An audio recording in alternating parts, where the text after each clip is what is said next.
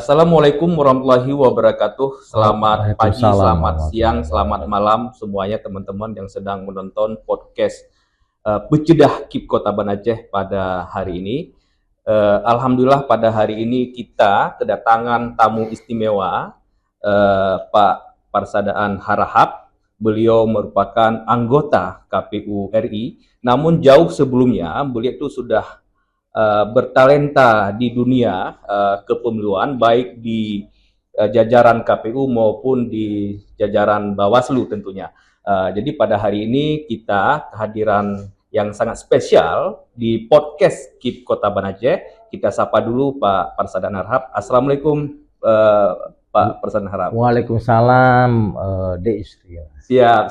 Sehat selalu ya. Alhamdulillah sehat selalu ya. Bagaimana suasana di KIP Kota Banda Aceh ataupun kemarin baru pulang dari Sabang ya? Ya, jadi memang berapa hari ini saya muter-muter di sekitar Provinsi Aceh. Ya. Siap. Kemarin ke KIP Provinsi Aceh, kemudian juga langsung ke KIP Kota Sabang. Siap. Hari ini alhamdulillah bisa mampir silaturahmi ke KIP Kota Banda Aceh. Ya. Dan ini memang luar biasa, ini sesuatu yang tidak direncanakan. Siap. Karena memang seharusnya dari KIP Kota Sabang saya langsung ke bandara. Siap. Tapi karena kemampuan KIP Kota Banda Aceh mengkondisikan pesawatnya, sehingga saya digeser pesawatnya jadi sore. Iya. Nah, jadi pagi. Ini luar biasa nih pokoknya. Pemirsa Pecedah ya. Pecedah mungkin sedikit pimpinan ya kami sampaikan. Pecedah ini akronim bahasa Aceh. Iya. Pecedah maksudnya cerdas. Bisa kita jadikan juga media dari KIP Kota Banda Aceh untuk melakukan sosialisasi dan edukasi kepada masyarakat. Sebenarnya program podcast ini sudah kita mulai sejak COVID dulu. Oh, sudah sejak 2019, 2020 lah perasaan COVID. Namun ya berbagai macam kendala kita, jadi ada off hidup. Ini baru aktif. Ini baru kita aktif kembali dengan ada dukungan juga dari KPU RI tentunya. Alhamdulillah ya. Luar biasa. Jadi dalam pertemuan singkat ini mungkin ada beberapa hal yang menarik kita diskusikan selaku Pak Parsadaan yang membidangi SDM ya di KPU RI. Yang pertama sekali ini kita sedang mempersiapkan perencanaan pemilu 2029 tentunya. Dengan melihat berbagai macam kendala-kendala dalam pemilu yang lalu, yang 2024 yang lalu, tentunya harapan kita ke depan ini lebih baik. Terutama sekali dalam rekrutmen badan ad hoc. Nah, jadi apa harapan ataupun perencanaan KPU dalam rekrutmen badan ad hoc ke depan? Apakah misalnya di usianya dibatasi yang lebih muda ataupun bagaimana ini supaya teman-teman kita yang bekerja di lapangan di kecamatan dan di desa ini lebih peka terhadap teknologi informasi. Mungkin itu pimpinan. Jadi saya panggil D atau Dinda lah ya. Boleh Dinda ya. Jadi jangan Dinda Kanda pula nanti kan. Siap. Jadi Dinda Yusri memang menyangkut perencanaan ya untuk pemilu 2029. Memang kita membangun beberapa program ya, yang ini memang peruntukannya untuk KPU ke depan ya, karena memang kan kita sesungguhnya kan selesai di 2027 ya, periode kita ya, kan 2022 ke April, 2027 ya April. Tapi kan sebagai sebuah legacy saya kira harus kita lakukan ya, dan mudah-mudahan ini juga bisa dipakai oleh teman-teman yang menjadi anggota KPU selanjutnya. Yang pertama tentunya kita prinsipnya begini, pemilu ini dari pemilu ke pemilu harus naik kelas. Harus ada peningkatan kualitas, peningkatan pengelolaan kepemiluannya, dan peningkatan terkait dengan kompetensi SDM. Maka kemudian terkait dengan ini, kalau kita bicara perekrutan sumber daya manusia, khususnya badan ad hoc ya. Karena kalau yang permanen nanti kan ada KPU provinsi, KIP provinsi, dan KPU kabupaten kota, KIP kabupaten kota. Ini tentunya yang permanen.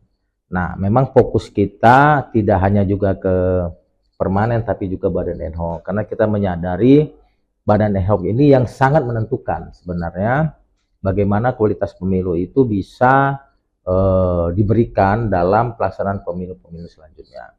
Karena badan ad hoc ini memang walaupun dia bersifat ad hoc sementara, tapi dari sisi kewenangan undang-undang dia yang akan menentukan bagaimana kualitas, karena proses pemungutan penghitungan suara itu dimulai di level badan ad hoc. Artinya kalau misalkan nanti badan ad hocnya tidak bekerja sesuai dengan SOP, sesuai dengan regulasi yang ada, maka akan melahirkan cacat bawahan di level di level bawah, yang itu akan terus menjadi cacat bawaan sampai ke rekapitulasi termasuk tingkat nasional. Maka kemudian dari aspek regulasi memang kita juga melakukan beberapa upaya perbaikan ya, menyangkut misalkan terkait dengan dukungan-dukungan yang non teknis.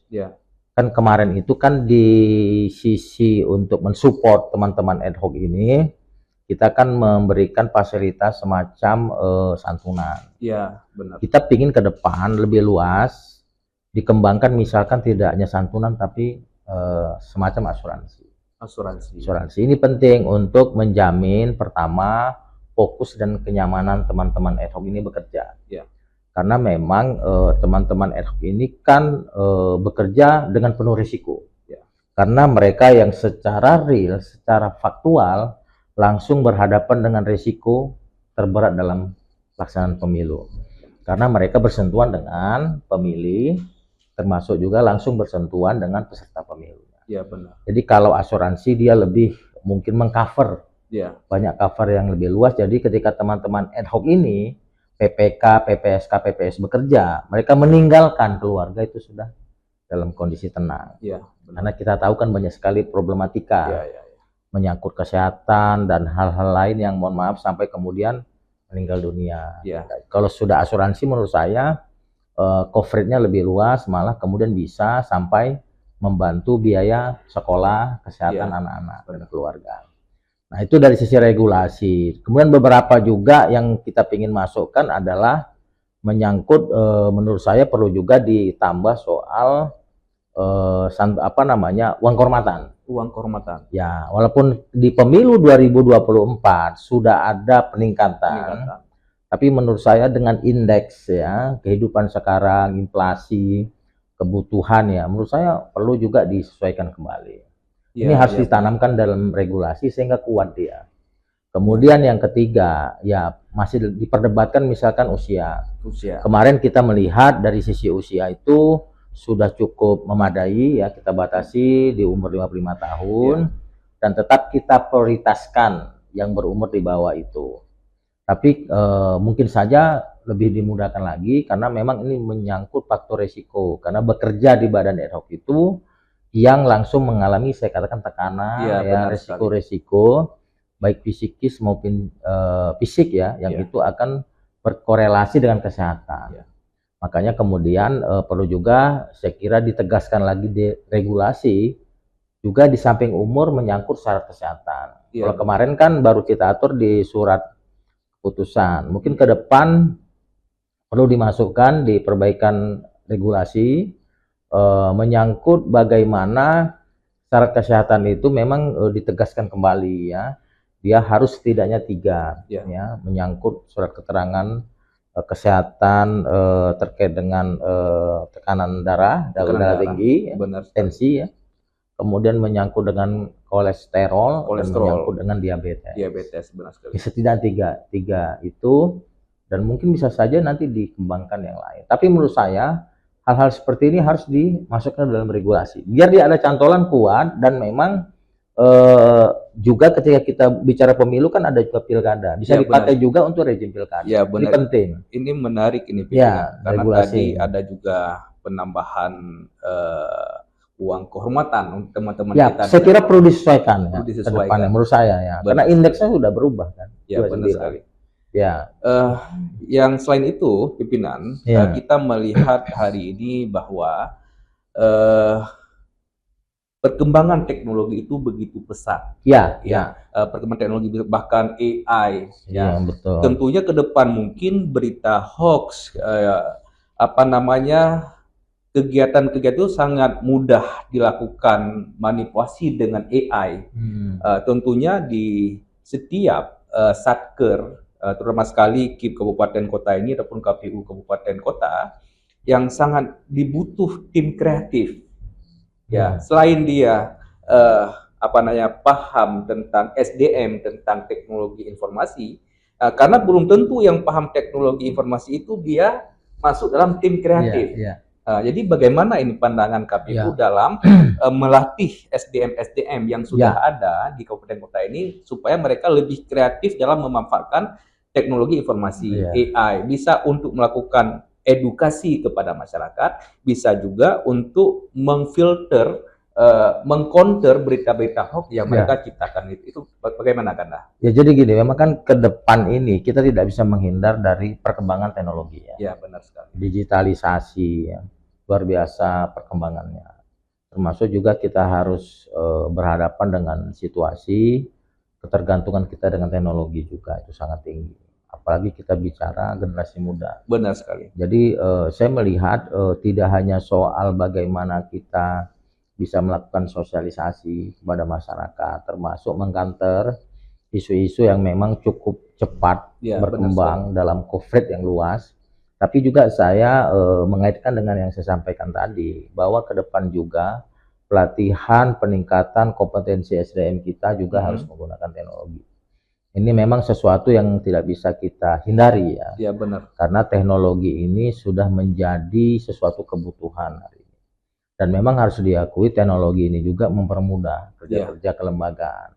Makanya di samping tadi untuk bagaimana kita melakukan sosialisasi, kemudian mengkanter isu-isu terkait dengan opini yang dibangun terhadap lembaga kita. Benar. Tapi juga ke depan pelatihan SDM juga harus menggunakan semacam e-learning atau e-training.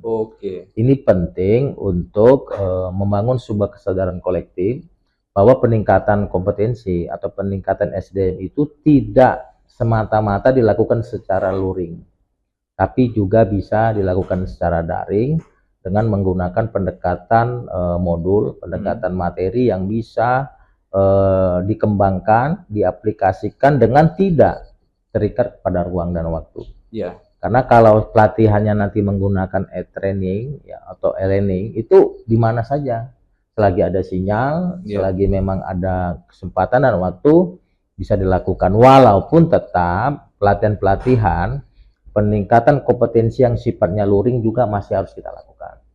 Nah, kalau nanti insya Allah kan di awal 2027 kalau tidak ada perubahan signifikan revisi undang-undang yang terkait dengan masa tahapan yang harus disiapkan 20 bulan sebelum hari H, maka bisa dipastikan di awal 2027 kita sudah masuk. Sudah masuk tahapan? Kepada persiapan tahapan. Dan ini tentunya harus kita antisipasi segala sesuatunya sehingga KPU sebagai lembaga yang memang bekerja untuk menyiapkan tahapan pemilu sampai hari H itu tidak gugup dan gagap ketika masuk kepada tahapan persiapan pemilu. Jadi kompetensi itu mutlak harus dilakukan secara ke depan ya, secara digital. Nah kemudian tentunya kita mendesain, saya kira dari sisi sosialisasi memang perlu juga dilakukan upaya-upaya yang maksimal dan serius. Karena memang kita punya divisi ya, divisi Sosdiklih ya, sosialisasi pendidikan pemilih. Ini kan merupakan etalase. Benar. Jadi semacam wajah depan lembaga kita.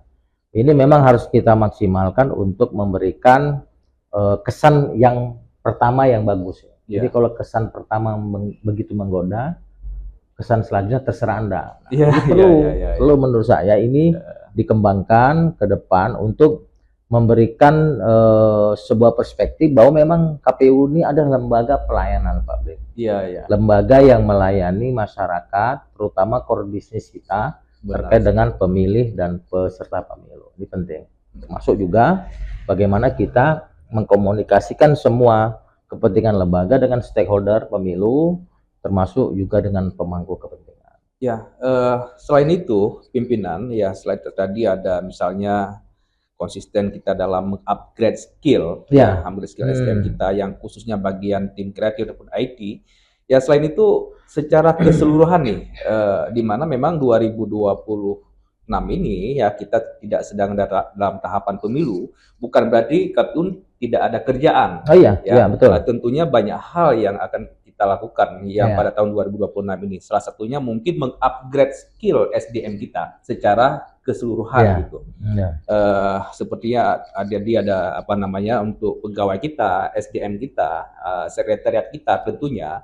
Ini langkah-langkah apa yang dilakukan oleh KPU dalam mengupgrade skill secara keseluruhan SDM, terutama sekali ya, kami di kabupaten kota ini yang berhubungan langsung dengan iya betul. masyarakat seperti itu kan, Ya, pimpinan. memang peningkatan kompetensi SDM ini memang tidak terikat dengan tahapan ya. Ya, Kalau divisi-divisi lain itu kan misalkan ketika pemilu divisi teknis ya yang benar. menjadi panglima di depan. Kemudian ketika tahapan-tahapan pemilu ada Datin. Ya, Kemudian ada divisi-divisi misalkan seperti keuangan umum dan logistik. ya, Tapi divisi SDM ini memang alokasi terbesar perhatiannya adalah peningkatan kompetensi SDM.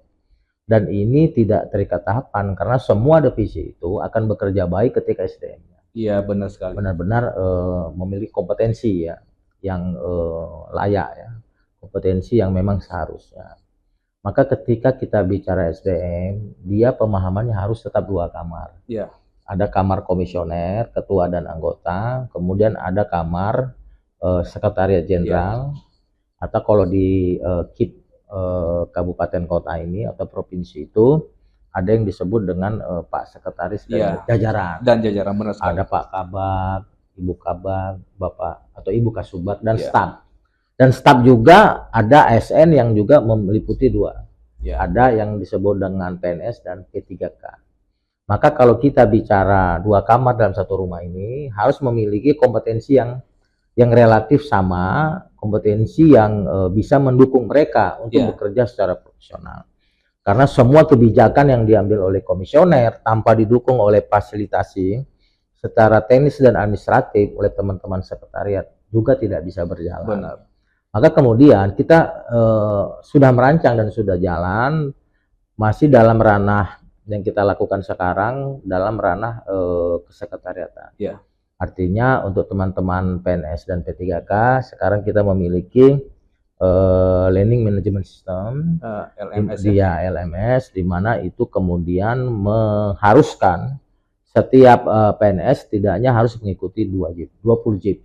Oke, Kemudian teman-teman P3K 24 JP. Nah, kemarin juga ke Provinsi Aceh ini dalam rangka mensupervisi juga Oke, terkait siap. dengan bagaimana implementasi Mm. LMS di Provinsi Aceh ini, walaupun memang kemarin fokusnya di KIP Kota Di Sabang. Kipura Sabang. Nah, yang lainnya Zoom kan Ya, termasuk siap. KIP Kipun Aceh. Kota Banda Aceh. Nah, ini penting untuk mengupgrade secara terus-menerus.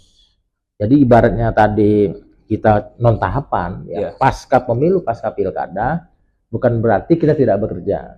Ibarat mobil mesin ini harus tetap hidup. ya benar. Hidup. Jadi nanti begitu masuk tahapan pemilu, dia tinggal running well. Ya, Tidak lagi menghidupkan mesin, tidak lagi memanaskan mesin lembaga ini, tapi bisa langsung running well, bekerja, menjalankan ya. semua tupoksi. Jadi kayak Nah, mobil. ya terkait dengan komisioner, memang ini sedang kita rancang, sekarang sudah masuk di koordinasi dengan BSSN, karena itu menyangkut juga terkait dengan lembaga itu. Kita juga sedang menyiapkan Learning Management System untuk komisioner. Benar sekali. Jadi untuk ketua dan anggota, supaya tadi ada keseimbangan. Ada ya, keseimbangan. Dua sisi. Ya, jadi antara ketahuan. komisioner dengan stafnya bisa bekerja sama. Ya, benar sekali. Ini juga sedang kita rancang dan insya Allah dalam waktu dekat akan kita launching. Dan kita juga sekarang sedang menyiapkan indikator kinerja Ya, untuk teman-teman komisioner. Jadi nanti ketua dan Bapak Ibu anggota semua level satker harus memiliki indikator kinerja yang ini akan juga membantu untuk mengontrol ya, aktivitas sekaligus juga bisa mengupgrade karena segala sesuatu yang dikerjakan itu termonitor dalam ya, satu benar sistem. sekali. Ini juga sedang kita siapkan. Jadi harapannya dengan persiapan-persiapan ini sambil kita menunggu revisi undang-undang pemilu ya, kemudian kita berharap nanti ketika masuk di tahapan persiapan di awal 2027 KPU secara nasional sudah siap. Ya, benar. Seperti itu. Oke, yang terakhir mungkin ini pimpinan, karena emang kalau kita diskusi sangat panjang ini, nggak habis-habis ini, karena beliau ini sangat kompeten di bidang kepemiluan dari Bawaslu, KPU, jadi sudah bertalenta di dunia demokrasi ini. Yang terakhir mungkin tadi ada juga disinggung dikit tentang penguatan SDM komisioner, ya ketua dan anggota tentunya. Ini mungkin ada bocoran sedikit ataupun ada hal-hal yang dipersiapkan oleh KPU dalam rekrutmen jajaran KPU provinsi maupun KPU kabupaten kota ke depan, apakah kompetensi apa yang diharapkan oleh KPU tentunya. Dan kemudian meskipun di Aceh yang direkrut oleh lembaga DPRD di tingkat Aceh itu tentunya juga bagian hierarki dari KPU. Pasti akan ada harapan-harapan ataupun aspek apa yang diharapkan oleh KPU untuk pemilu 2029 ke depan insya Allah. Ya memang kalau kita bicara kebutuhan, tadi saya katakan di awal bahwa memang pemilu ini harus naik kelas. Ya benar. Jadi menurut saya ya spek penyelenggara di pemilu 2024 harus berbeda dengan di pemilu tahun 2029. Ya. Itu bicara KPU secara nasional. Ya. Menurut saya syaratnya itu standar nasional dan baku ya. Nah, maka kemudian terkait dengan syarat-syarat, sebenarnya kalau secara formal sudah termasuk di undang-undang. Benar sekali. Banyak sekali itu kan. Secara nasional ya. Banyak sekali. Tapi saya menyoroti memang soal integritas. Ya. Ini integritas dan rekam jejak menjadi sesuatu yang harus terus-menerus diperhatikan dalam ya, benar sekali. Karena saya melihat inilah modal dasar kita sebagai lembaga penyelenggara pemilu agar bisa didukung oleh semua pihak. Artinya trust publik itu akan muncul ketika kita secara kelembagaan yang diisi oleh personal-personal yang memiliki integritas dan rekam jejak. Maka menurut saya ke depan jangan ada lagi keraguan terkait dengan itu. Jadi kalau memang ada informasi-informasi terkait dengan rekam jejak dan integritas harus segera dicek secara mendalam, dipastikan. Karena kalau secara formal kan ijazah, pendidikan, umur bertakwa kepada Tuhan Yang Maha Esa, setia kepada Pancasila dan undang dasar itu kan banyak sekali. Kesehatan juga seperti itu, termasuk berkelakuan baik, bebas narkoba. Tapi yang integritas yang menurut saya harus menjadi sorotan karena spek ke depan itu trust public itu masih menjadi semacam keharusan yang memang wajib kita penuhi, kita tingkatkan ya.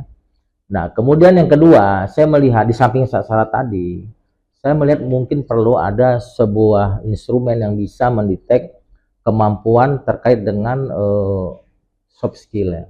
Soft skill ini penting karena lembaga penyelenggara pemilu ini berinteraksi dengan semua pihak, dengan semua stakeholder.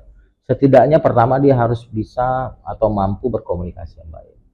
Kedua, dia harus mampu membangun relasi atau jaringan. Benar. Ketiga, dia harus bisa memetakan situasi real yang dihadapi.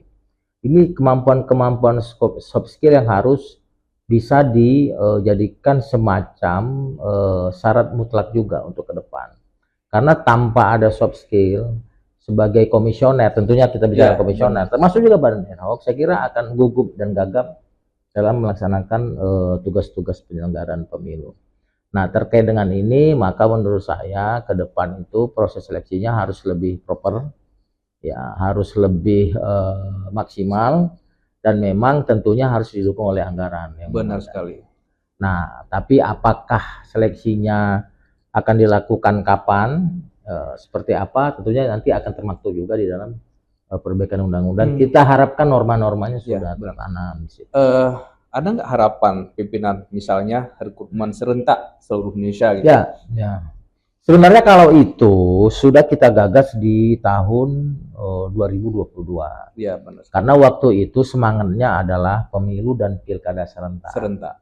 Maka kalau kita melihat secara real ya, kondisi seleksi di KPU ini terlalu beragam.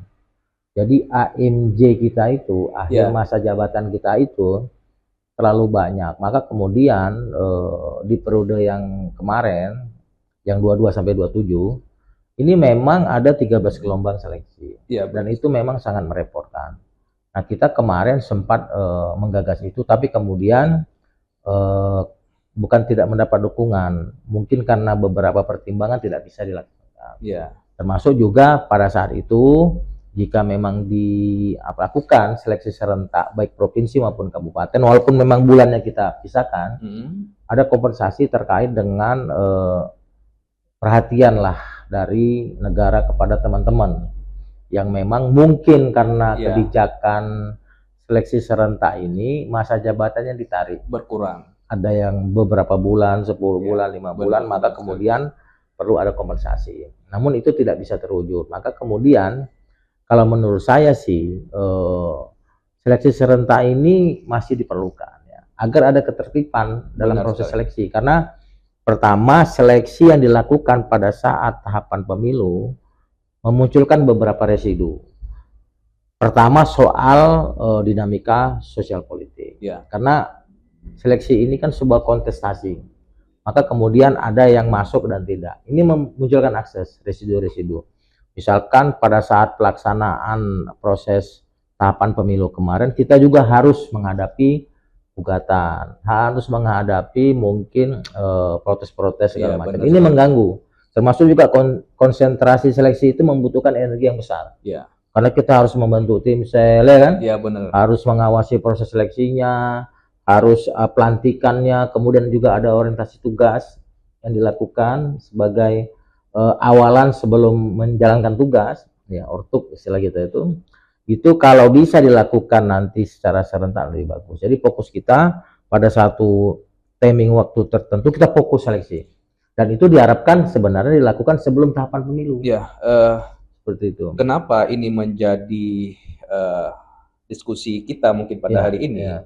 Karena saya melihat di Aceh saja pimpinan itu ada kabupaten kota yang hitungan hari menjelang hari pemungutan suara. Dan itu sangat mereka baru dilantik, belum bersosialisasi, dan ini sangat berefek terhadap. Berefek. Jadi begini, karena memang itulah konsekuensi dari AMJ yang terlalu beragam. Kalau di saudara muda kita di Bawaslu, mereka relatif sudah seragam. Benar sekali. Jadi seleksi Bawaslu kabupaten kotanya itu sudah bisa dilakukan pada satu timing dan tidak banyak variasi. Nah, di kita ini terlalu banyak. Saya katakan tadi ada setidaknya 13 gelombang seleksi. Nah, apalagi di Aceh ini, Pimpin. Ya, itu kan terjadi juga. Misalkan di Lampung itu, selain di Aceh ya, di Lampung itu KPU-nya dibentuk itu kabupaten kotanya itu 7 hari sebelum pemungutan suara. Jadi siapa yang menyiapkan tahapan, siapa yang melakukan putung suara. Benar sekali. Mohon maaf, ini juga akan memunculkan masalah sebenarnya. Masalah-masalah. Kemudian juga beberapa daerah juga dilakukan ketika mendekati tahapan-tahapan krusial yang ada. Kita kan ada 11 tahapan di undang-undang itu ya. 11 tahapan itu ada tahapan-tahapan yang krusial yang itu butuh kita fokus konsentrasi, malah proses seleksi sedang berlangsung dilakukan. Ini khusus untuk Aceh ini mungkin pimpinan dalam hal rekrutmen teman-teman KPU KIP Kabupaten Kota ini,